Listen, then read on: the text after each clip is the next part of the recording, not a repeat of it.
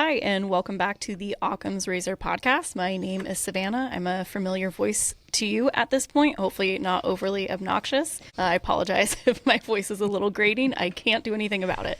I have a few people here today that I'm really excited about. One of them sitting next to me is Diego. He is our main editor-in-chief of the Occam's Razor podcast. Diego, say a little hi. Hi. And then we have our two advisors here, Sarah Borjas and... Oh, do you got it? And Trini Dalton. Sorry, we had like a minor technical difficulty. Whoopsie. Hi. Welcome in, guys. Thanks so much for taking time to come and do this. We are post-graduation at this point, so I think Diego and I are definitely in summer, but I don't know if you guys quite are yet. I don't know if you have some like work days still left. Yeah. Yeah. We have Still on the leash. Still on Still the on leash. institutional leash. Man, I don't. Yeah. Are you ever gonna get off it? Hopefully. I do have dreams, and that is one of them for sure. Yeah. So, Diego, do you mind just for the listeners to kind of jump in real quick and tell us a little bit about who you are and your role with Occam's Razor? So I started out as like a viewer of Occam's Razor. I remember when the issue, 39, was hosted at the old library, that I was just kind of interested to see where this literary magazine could go.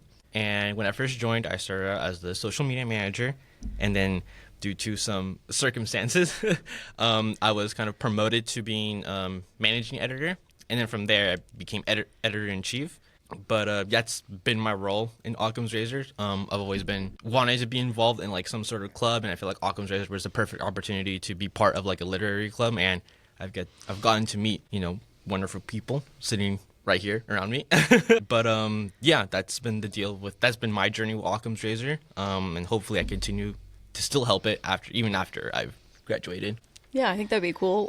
I have gotten confirmation that one of our students, and if you're listening at this point, you've heard his voice, would like to carry on this podcast next year, and I'm really excited for that because I think he's great, and I think it'll be really cool. Sarah and Trin, can you guys tell us a little bit about yourselves for our listeners? Kind of like your experience in writing and maybe how you got into it. Your origin story. Your origin story. Yeah, I've been here. I'm in year 5 as a faculty member here, and I've worked in many multimedia and cross-disciplinary capacities with storytelling over my 20-year. I've been teaching for 20 years now, and teaching at a lot of art schools prior to this, small liberal arts, fine arts schools. So I really came to this endeavor thinking of writing off the page and activating performance and everything, even though not just in certain media channels. And so I'm really excited to bring printed matter into conjunction with different storytellings like webisodes, podcasts. We were just talking about trying to get the radio station rebooted so we could do like pirate radio. There's just so many fun opportunities for storytelling. So yeah, I come from a long life of working in storytelling across mediums, and my background is in poetry and criticism, cultural criticism. I've taught a lot of art criticism and write a lot of nonfiction about art, music, film. So at Cal State East Bay, teach mostly fiction writing because that's where I've published the most in the past. Even though on a daily basis for my freelance gigs and all of my different projects, I'm writing all over the place. Yeah. I always learn something new about you every time like we talk. Like you're always like it's over like time. You like breadcrumb some of these things. But that makes a lot more sense as people who've taken your fiction classes. I think that makes sense of having all those like cross disciplines. And I feel like now there's things that you've told us that I'm thinking back on that I'm like, that clicks, like that makes a lot of sense, which is why you're a great fiction teacher. Yeah, I remember, I think you have a published book, right? If I remember correctly. A few. Yeah, I've made 7 books so far. Nice. When's the 8th one coming? Hopefully I tend to write books in pairs. And this one's turning out to be like maybe 3 projects. So a trilogy. I usually, it's weird. I always have, I think it's because as a mid-career person now I know that while I'm working on my solitary, heavy isolation heady thing. I also need collaborative projects. So I'm always like editing, like part of making your two-part process. things. So I'm trying to make like a two-part dos-a-dos art crit conversation with a girlfriend in New York right now That's to so go along cool. with that. And then I'm doing like San Francisco Art Book Fair booth this summer with a friend to make like a mini book launch. Yeah, so I'm always doing really cool. all different random things to keep it interesting I always- in all the different realms. I always feel like I'm a little bit all over the place, and sometimes like you'll speak and I'll be like, wait, but Trin's got it together, and she like does all these different things. So like I'm okay being me. Like I'm the same way, and that's cool. Yeah. So thanks for having it together. I don't know For many artists who do the same thing for their whole life. Just like I don't know many humans who do the same thing for their whole life. Even lot if of somebody's baby boomers working, did. oh, maybe, I don't yeah, mean I'm that. sure I don't mean that exists. like facetiously. Yeah. I mean like a lot of baby boomers did, and so I think like that ideology like kind of got like pushed on to like Gen X, and then Gen X kind of like pushed it on to like Millennial and Gen Z.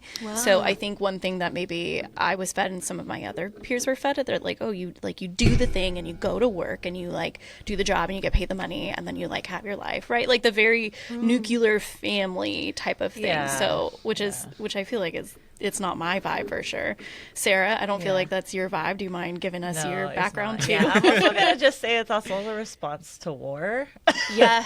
Like just general, like all those rules and parameter responses to war. Yeah. Just like all movements and changes in values. But we could talk about that later. But yeah, so Yeah, let's make sure we really dive into McCarthyism and Yeah, the beatnik I era mean, if we have time. every issue is Ronald Reagan's fault. So It all goes back to Reagan. yeah.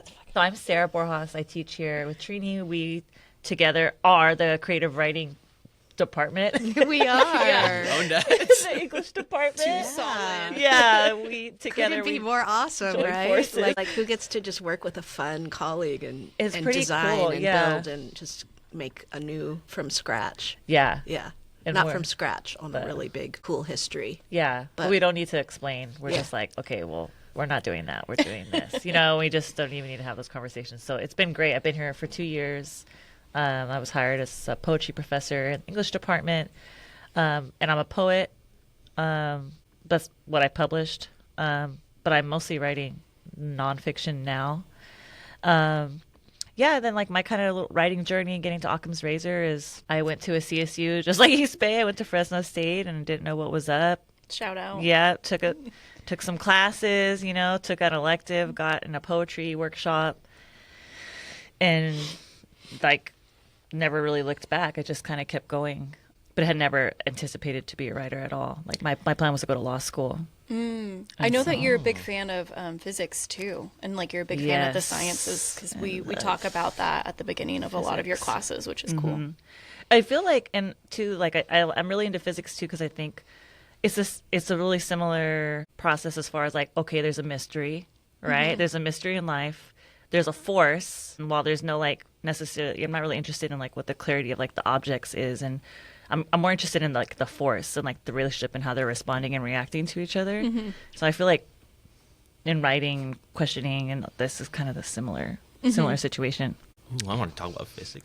Can this podcast be about physics? I know, science/writing. Combination. Yeah. I feel like in a lot of your I think beginning poetry or intermediate poetry, I can't remember what it was 2 semesters ago. We talked about that a lot, and I think we had a phenomenon based Oh, the like nature prompt. poem? Well, we had a nature one, yeah, and then you were like, and I'm not just talking about the sky and the like trees, and you were don't like, come out here with these blackbirds. yeah, like we can. You were like, we can go even bigger than that, and then you kind of like brought up a bunch of different like Yeah, like phenomenons we talked that about we like can get erosion. into. Yeah, Like a nature love is poem, something but I love as to write erosion. about. Like yeah. just- Well, and then in nonfiction, was it advanced nonfiction or intermediate nonfiction this past semester? it was intermediate nonfiction. Which is crazy because I'm Although like, we that felt definitely advanced. we Yeah. definitely ran it advanced. Sorry, y'all. Not No, sorry. don't Sorry, not apologize. sorry. I think all of us really, really enjoyed that class. But in there, too, our Yeah. modular assignment, a lot of us attached it to, like, I did Schrodinger's cat. I know Elijah, did black holes. A lot of us took it to these really cool, like, physics places. which I really enjoyed, and I think that's really cool. I think for Occam's Razor next year, we're going to see some nonfiction pieces about science. I imagine. Great. I love that. Yes, we are. Yeah, I think that's what's also really cool about taking the classes here is that a lot of times, like, you now have content to like turn into Absolutely. Not just like Occam's, but if you want to like turn it into any other literary magazine or any other competition, you now have content that you can feel really strong about, because maybe, I don't know, Diego, if you feel the same way of like maybe when you start like writing, you're kind of like, I don't really know until you start like workshopping with like peers and professors. What are your thoughts? Yeah, so I think what I've learned through Sarah and Trini's class is that there's always a plan. Like, we always start with an idea, but I think over time, the more you write, the more that plan just becomes discombobulated. Because I remember... It's like, Like, what verbs you it's gonna like use right now? it's a loose outline that we don't need anymore. Maybe we needed it to get started, but you don't need it so much to finish. Yeah, I mean, Yeah. I think whenever you're writing, things always come up, like, and inspiration comes in different ways. Like, either, let's say you watch a movie or like you listen to some music or something personal happens, you then want to incorporate that into your story, and then it just changes things. I think a couple of my stories, in Occam's Razors, I think I had an idea where like it was the beginning, middle, and end, but I was just like, you know what, the more I was writing, the more I was like, you know what, let's change a couple of things, because maybe this doesn't sound right, or maybe this doesn't make any sense, or how do I condense this into just a couple of paragraphs. I think that's how it is with writing. I mean, that's what I've learned from Sarah and Trini, is that like I might as well be like, whenever I start writing a story, I might as well be like, fuck it, let's just throw out the plan. We'll make it up as we go along. Great. Well, like I'm writing so proud is to hear that.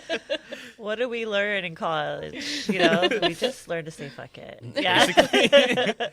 which I imagine is a big part of the writing experience. I mean, so it sounds like for you, you were saying you didn't know that you were going to get into writing at all. And then Trin, you were saying that you've always been into storytelling. I'm one of those mega nerds who was making, I wanted to be like Anna Wintour when I was a kid. And I used to make teeny tiny magazines with colored pencils and just fly around the world like bossing everyone around. Wait, I kind of want to be Anna Wintour now. Yeah, worked all through high school.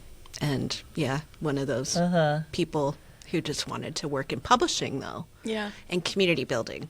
Not necessarily about getting my own work out into the world. It's just more about like making my voice in collaboration with others and making conversations. So publishing a literary magazine does that. And so we're in issue 41 we just made, and I've heard from the past 40, we've made a few together, but prior to that, I think this has always been like a really great student showcase of what happens in the workshops and all the prior issues that it's a really special magazine in that regards, that it doesn't, we've talked about external submissions, but they had a different channel for that for a reason, because this was always just about really showing what the community is doing. And I love that.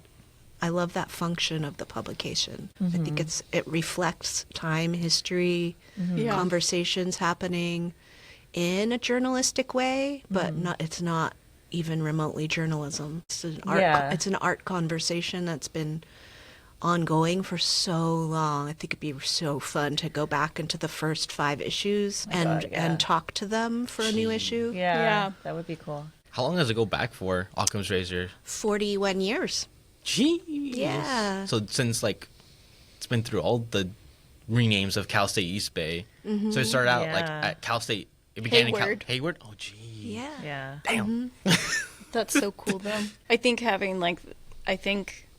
to me at least, I also really enjoy storytelling in like different formats, and I'm very interested in things that came before me, because I think there's a deep connection, whether we can articulate them or see them very clearly themselves. So I think having like a very like long history and like maybe even understanding like how that starts and where it moves and in which ways it moves and in how many ways is it a response to something. I know that I think if we're 41, issue 39 and 38 were very interesting because those were the COVID years, correct? Yeah. And so I think seeing like how it responds to those things, I think that's always like really cool as you like look back and you, right? That's why we do literary criticism too. And we focus on how does literature respond to the world and how do we determine what criticism looks like, I think is very interesting. If you guys wouldn't mind, because we do want to shout out that this is going to be a class next year, because this current edition,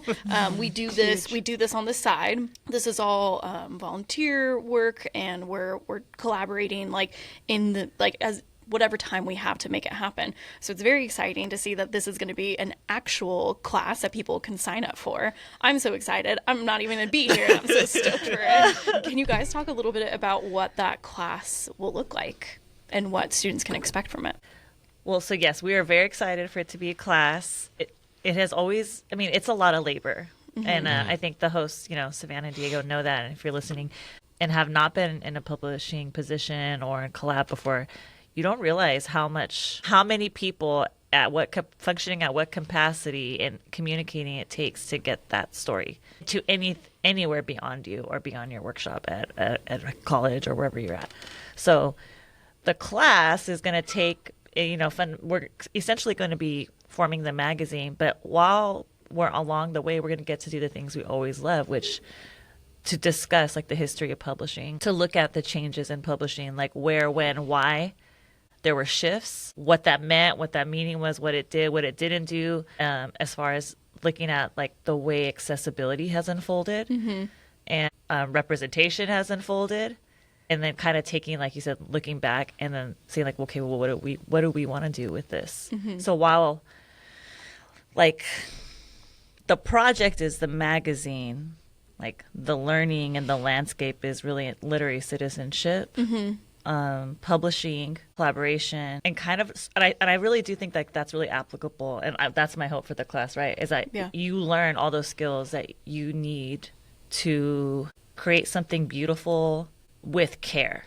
Yeah. Because I think too, a lot of production schedules, I mean, any discipline, anything under capitalism really doesn't care about you as a person. Yeah.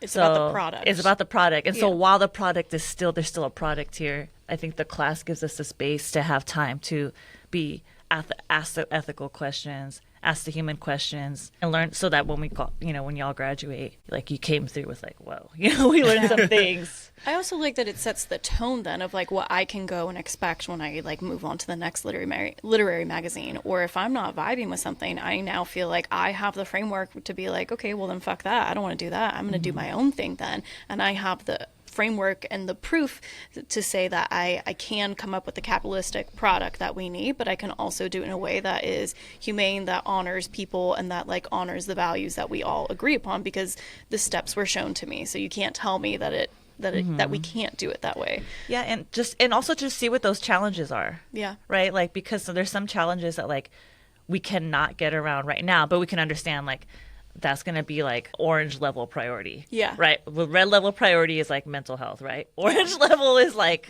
I don't know, making sure we have, budgetary things like that. Yeah. And I think, and I will say too, like Trini, when you were saying like how you've always been someone who's like been down to publish, and one of those things like, and because I kind of just came into it a little accidentally, I think it wasn't until I had like two experiences in my life where I thought like things just happened, like there was nobody behind the curtain, like things just, and one was working with a union, not that I was on the union, but I had an issue at my job and we were unionized, and I went to my union and then realized there's like 10 people that handle all these things, and they guided me through, and it was like a 3-month situation in a really hard situation.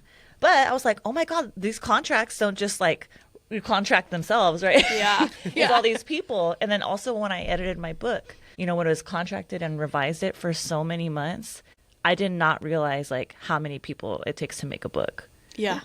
And it's insane. It's insane. And I think those two experiences were really helpful in bringing them to Occam's Razor, and to try to like give folks an experience where we see how big the machine really is. And also that from working on it, that you're like, oh wow, like maybe if I'm like not as into writing, but I love everything about it, like there's so many roles in which I can sit on it, or like this one thing works really, really well for me. It was cool like to work with all of us. It certainly gave me like a lot of confidence to be like, no, I feel good about workshopping and providing like feedback for people, and I like actually the publication process, which is you don't know what you don't know, and sometimes you look at these like job postings and you're like, I don't know if I'm applicable to that because I've never done it before. So going into Occam's, I now feel like, nope, I have an idea of what I can expect, and I can apply to some of these jobs or like do some of these roles and feel confident about it. I like appreciate the confidence I was able to gain from the experience. Diego, I'm sure you feel similarly. Yeah, I think that getting into the world of publishing was something I wasn't really aware of. I always just thought it was like a simple like let's say you write a book and you just hand it to a publisher and they handle it. I thought it was that simple, but no, I mean, like Sarah said, there a lot goes into like even just making a book. You know, there's got to be editors, there's got to be people like revising like making sure everything's good, you know, basically editors. Yeah. Also the different types of editors. I had no idea. I thought you just have like one editor, and then I like realized like, oh, there's different editings that you can go through. Like, what does it mean to edit? Yeah. What right? does it mean question. to edit? Because Yeah. then you can have somebody who's giving you specific like plot feedback of like, hey, this one thing, like it might work a little bit better this way. And then there's, you know, literally just the copy editing aspect of like, nope, we're just going to make sure that grammar looks correct, spelling looks correct. We're going to Put it give in you some Grammarly. we're going to give you some like maybe some suggestions, and then you get to approve them or not. Like there's so many different types of editing, and even in our magazine we don't even cover the entire scope of like what editing and publishing looks like. So I also really liked it because I felt like the barrier to entry, it didn't feel like we were drinking from a fire hydrant, you know what I mean? Like it still felt approachable. Yeah, and I understand why authors say yes, like publishing a book is a risk, because I mean you gotta hire these editors, and if your book flops, I mean, how are you gonna like? It's always a big risk because you don't know if it's all this hard work you're gonna put into it is gonna be worth it, because you don't know if it's gonna be if the book is gonna be a success. And so I always just thought it was just like it's all simple, you know. I was very I was very naive when I first wanted to like publish a book, but now it's like no, yeah, I really like think about this, because you know a lot goes into making a book, even if it's just like in a magazine, you know. It's a lot goes into it. Yeah, and I'll say you have to trust the team you're working with. Like, Yeah. and you're not going to trust them at first. Like, of course, like we don't know each other, right? Yeah. But you learn each other, and you learn to trust, and you learn to understand their aesthetic and their motivations and their values and what they're up to, and also what they're really good at because of those things. Yeah. You know, so it's like, okay, like someone's on some design front, someone's really good at thinking about dialogue, someone's really good at thinking about form, someone's really dope with like, it's amazing to have like the email drafter on the staff, right? Who's just like, let me Shout out draft to that. such a Yeah, right. Let me do that communication. It's management, yeah. you know. But once you trust that everybody can like fulfill those roles, and then you can trust that they're going to look at your work and see you in it, and not maybe themselves or something that they imagine in their own mind.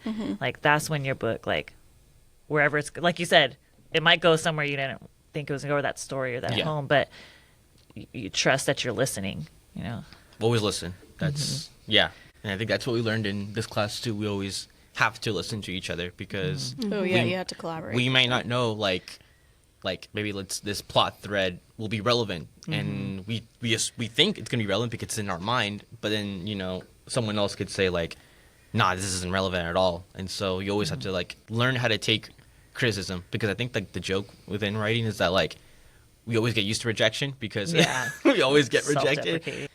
I think like learning how to workshop is interesting too, because there's I think even in literary criticism you can even talk about the concepts of like there's an art to workshop. There's an art to workshop, and it's like super intentional. And we learned this within like taking the workshop classes.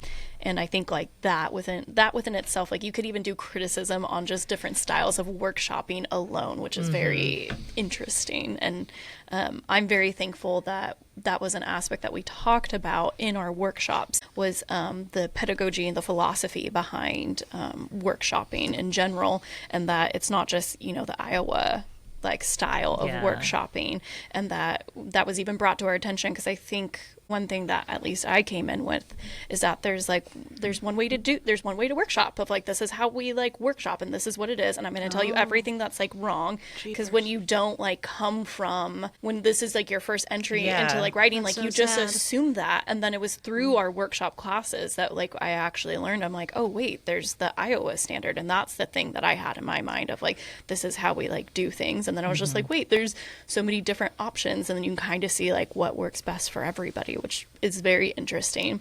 I do want to say too that it seems like for some people, the publishing part of Occam's Razor might be not necessarily something that they're interested in, but I do believe from what you guys have said is that the class will only just focus on the publishing portion of it, but will also focus on like career development aspects. Is that correct?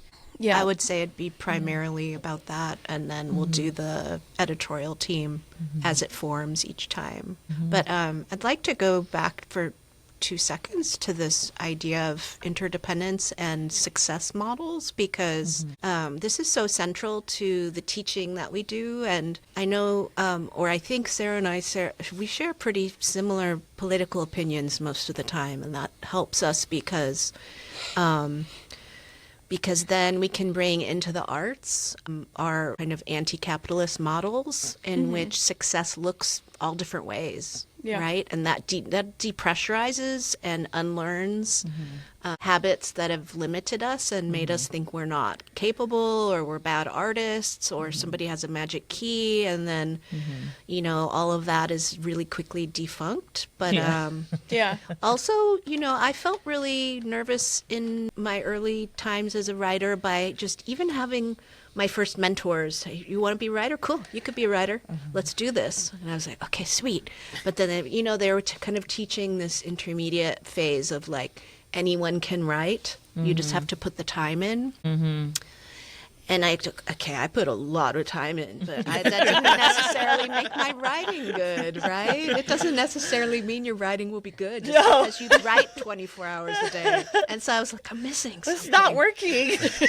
What am I missing? You said I could do it, and I'm not doing it.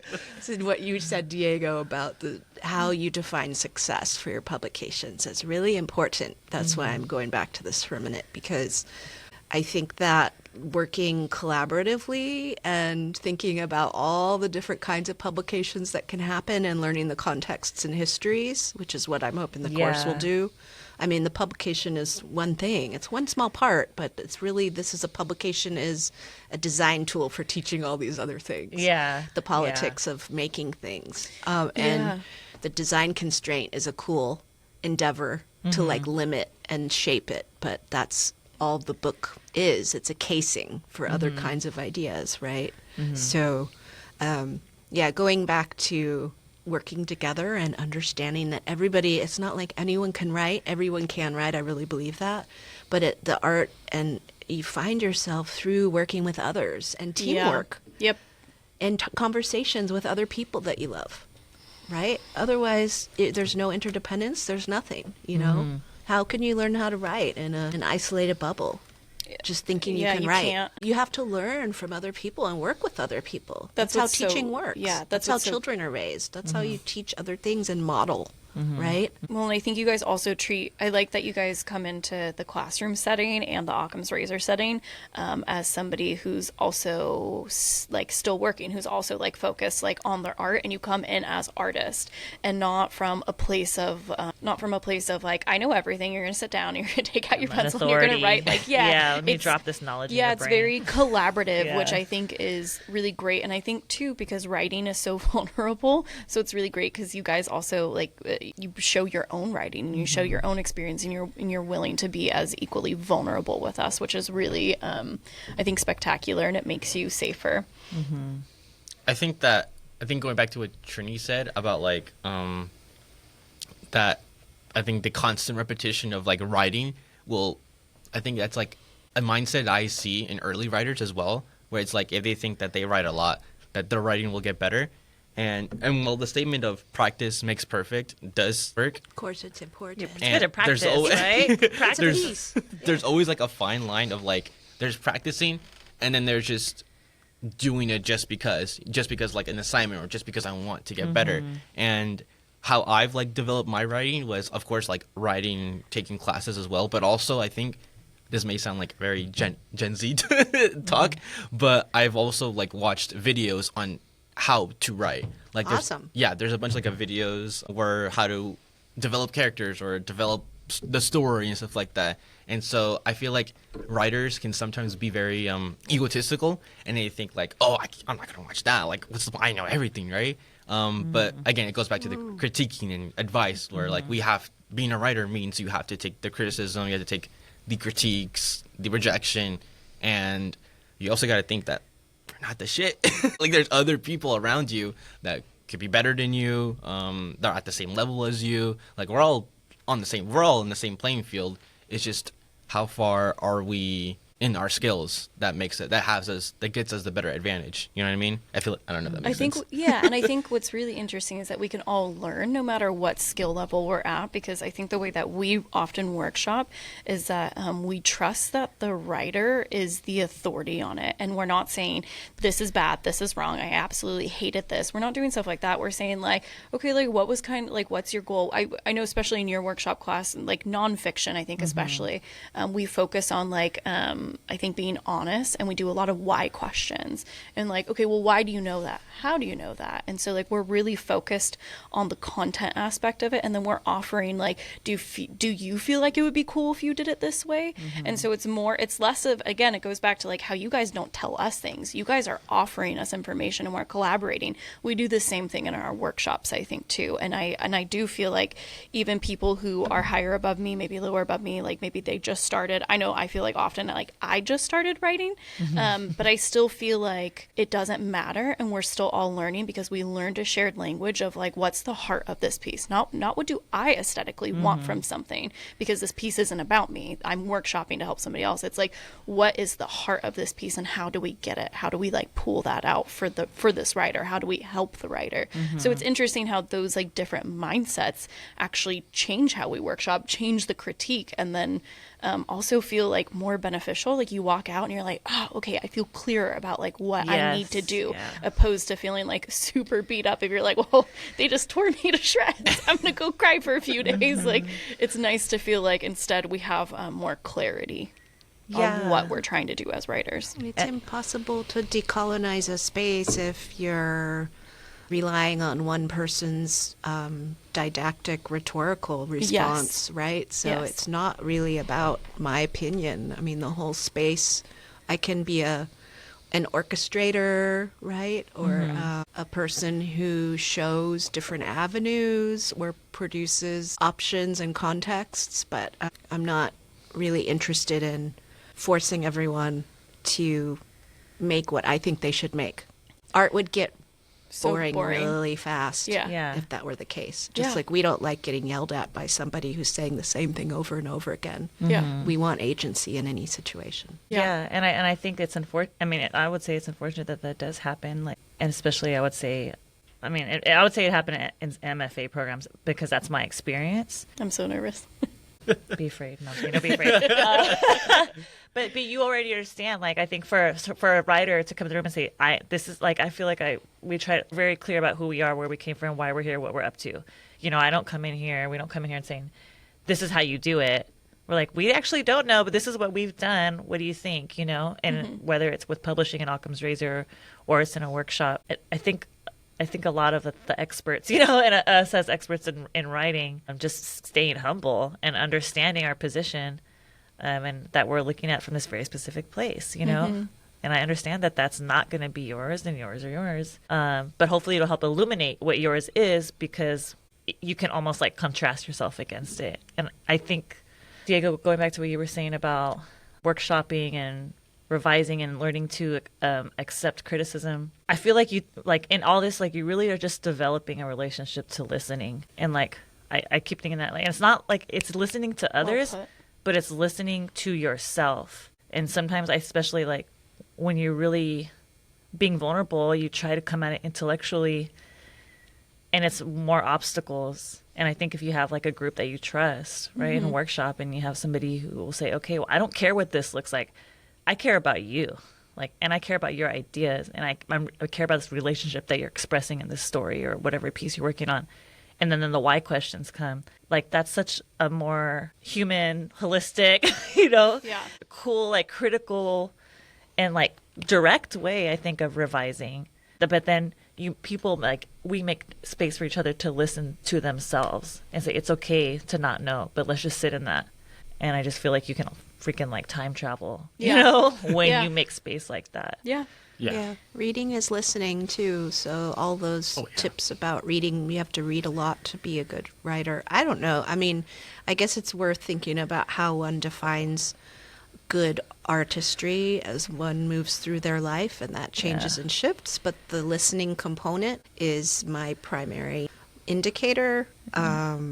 Like all the greatest artists, the greater they get, the better they get, the more mature they get, the better they listen, and the less they tell people what is great and try to impose that on others. And I can feel it when there's some narcissistic novelist who's made 100 books and they're getting all the awards and they come in and say the path forward, immediate suspicion, and I can feel that. Yeah, don't trust them. Reclaim Don't our trust them. I can feel it in the work. You know who you are. No, I'm just kidding.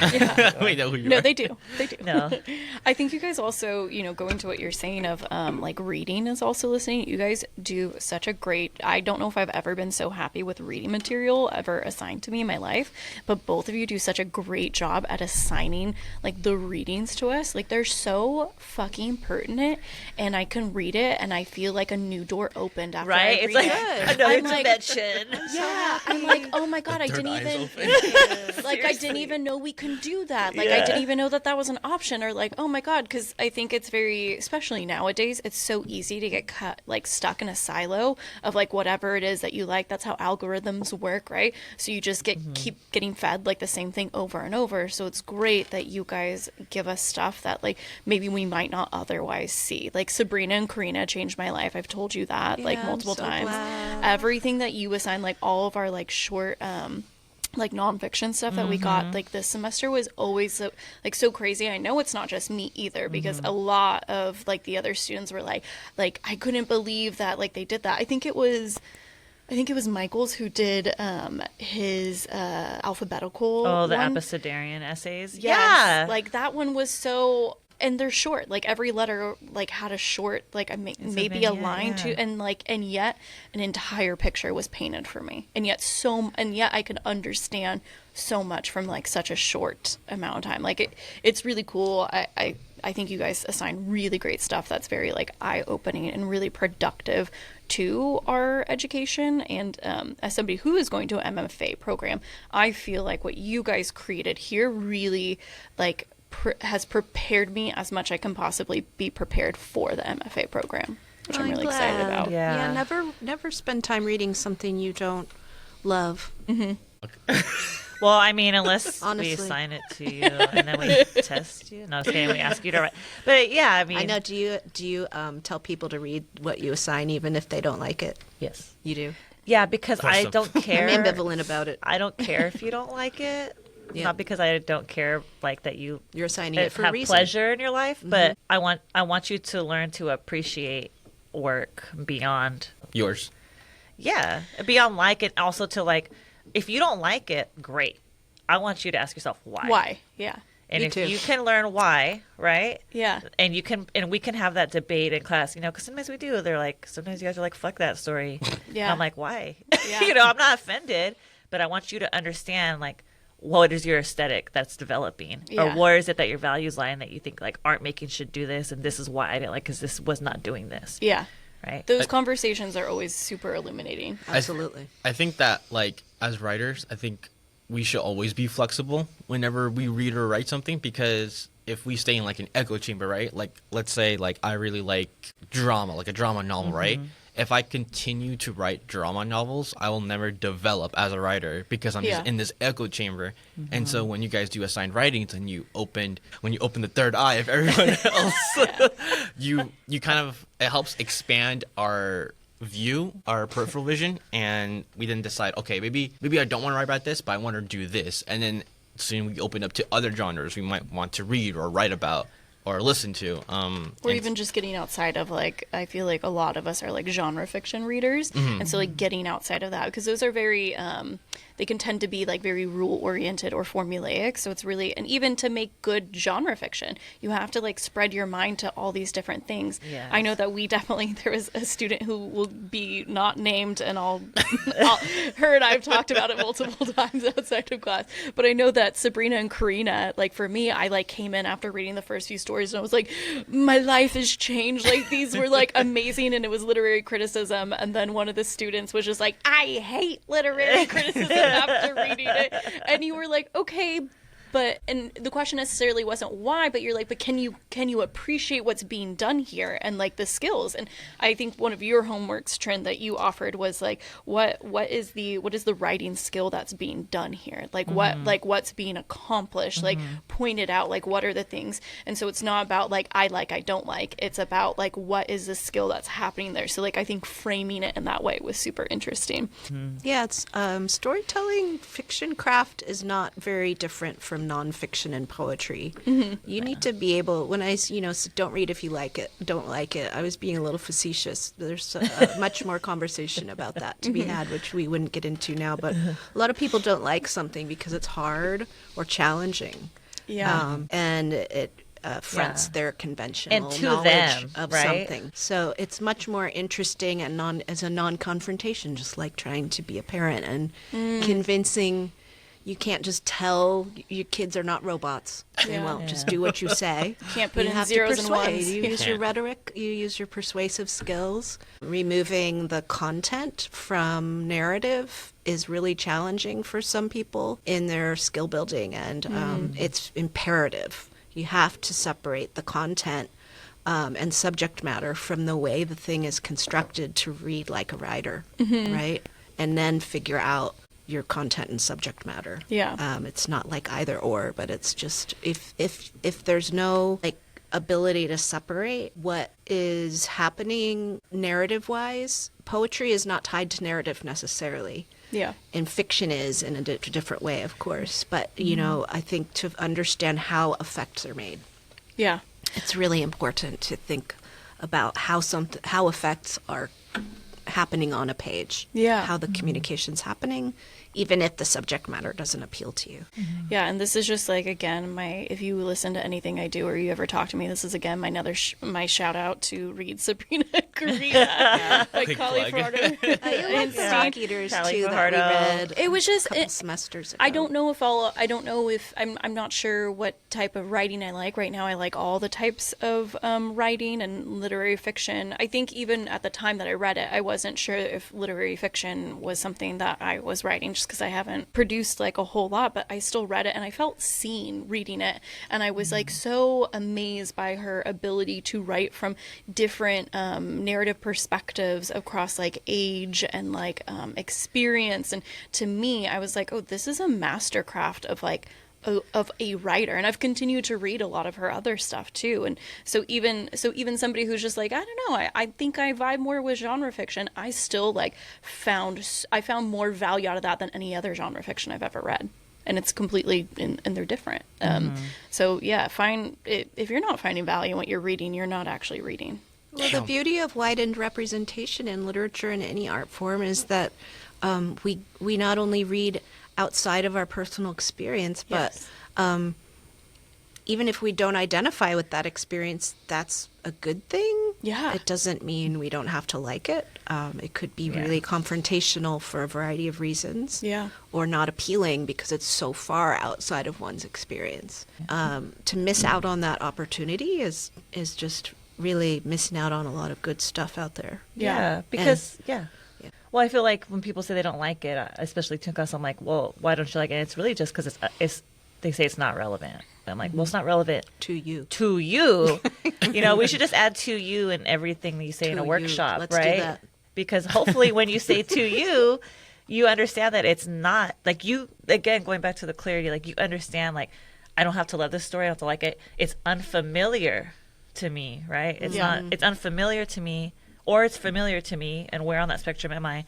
And what does that show me about myself? Yeah. Right? You are always like the subject. Like you're always the thing you're talking about, even though you're using that story as a catalyst So if you don't like it or it's unfamiliar, right, to you, right, hopefully you can be like, well, why is it? Oh, because regionally, right? Oh my God, I didn't know like my region was so specific, right? Because I live in it, I can't see it. But now against this one, I can see a little bit more. Yeah. And then I can start understanding like the dynamics in my story a little better. I'm just like personally offended if anybody doesn't like Sabrina and Karina, and I'm gonna cry if you ever tell me that. Do you know how many people have given that book to? Like I'm so, and I think it's interesting because even if you read it, because it's a collection of short stories specifically tied to one specific place within Colorado. And I'm not from Colorado. One of the stories is about an elderly woman. I'm not an elderly woman. Like, there's so many things, and yet I was so able to connect with it because it's just great storytelling. It's great crafting. And Sarah, I think what's really fun too is that in your intermediate in one of your poetry classes, might have been beginning, we did the grand question of like, what is art? And that was like a really big kickoff conversation for us. And it was really interesting because it circles exactly what we're saying here of like, art isn't just something that you like. Art is art, whether you like it or not. And then it was really interesting as a class, like trying to we didn't come to a consensus. We'll never come to a consensus. No, you never will. But the conversation was very interesting too, because then also when you're workshopping with some of the people that had a differing opinion than you on like how to define art, you're able to understand their critique a little bit more. Yeah. Which was very helpful because as writers, we're sensitive. At least I'm really sensitive. Exercising by reading different subject positions and authors that are brave enough to write from different subject positions far outside of their experience. It's muscle memory building, and when it's hard to feel confident writing outside of one's subject positions without understanding how stories or poems or essays are made from different perspectives. That's where it comes to subject matter and narrativity a little bit more than form. If one's trying to write from the same subject, from the same eye, the autobiographical eye, we can write forever from the same subject position. But in fiction, that's not really part of the conversation usually, right? So a big part of the exercise in fiction workshops is about that, building comfort, reading outside of one's subject position. Yeah. I'm really thankful for all the like readings and reading outside of subject positions, because the more that I read, the more I actually find I connect with a lot of people, a lot from all different things. Like, I don't have to look like you. We don't have to be in the same gender. We don't even have to share our concepts of like what genders are. Like, I don't need to share really anything to you to like read something and feel like I can connect with you in some way. And that's what I've like really learned. And so hopefully people will take these classes so that they can also learn like not just like as a writer why it's important, but I think as a human why it's extremely important. And like writers useful. have to be empathetic. Empathy building is a main reason that people put language onto paper. Yeah. It's a communication. Yeah. I mean, that's the goal, you know. I feel like for me, that's the goal. But I don't really care if I write. Like, when I say it over and I feel bad, sometimes you guys are like, oh, you like teaching? I'm like, no. And it's not that I don't like teaching. It's like I'm uncomfortable teaching because I understand the expectations around teaching and that like expectation to be an authority and just tell me what to do so I can get a grade. And I'm like, get me out of here. But arts teaching isn't like that. That's why you're teaching in the arts. See, I feel I do feel like it is that way. Yeah.